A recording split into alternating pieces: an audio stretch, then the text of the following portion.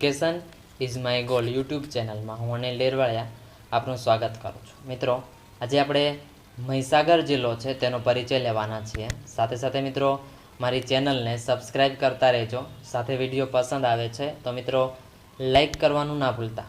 મિત્રો, મહીસાગર જિલ્લાનો પરિચય લઈએ। જિલ્લાનું મુખ્ય મથક છે તે લુણાવાડા। રચના 15 ઓગસ્ટ 2013।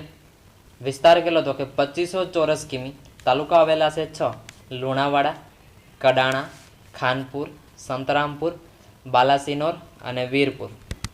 વિશેષતાઓ કહે તો કે મહી નદી પરની કડાણા અને વણાકબોરી સિંચાઈ યોજના મહીસાગર જિલ્લામાં આવેલી છે।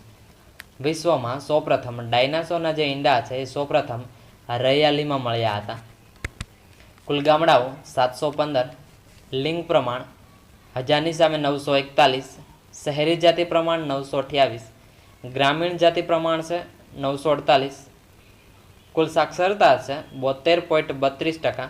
નદીઓ આવેલી છે મહી અને પાનમ નદી। સિંચાઈ યોજનાઓ પાનમ નદી પર પાનમ યોજના અને મહી નદી પર વણાકબોરી યોજના અને કડાણા યોજના। ખનિજ કઈ કઈ મળે તો કે મહીસાગરમાંથી ફાયર ક્લે મળે છે। જોવાલાયક સ્થળો તો કે લુણાવાડા। લુણાવાડા શહેરનું પ્રાચીન નામ લુણેશ્વર મહાદેવ પરથી પડ્યું છે। પાંડવો વનવાસ દરમિયાન લુણેશ્વર મહાદેવના મંદિરમાં રોકાયા હતા એવી ઘણી બધી લોકકથા છે।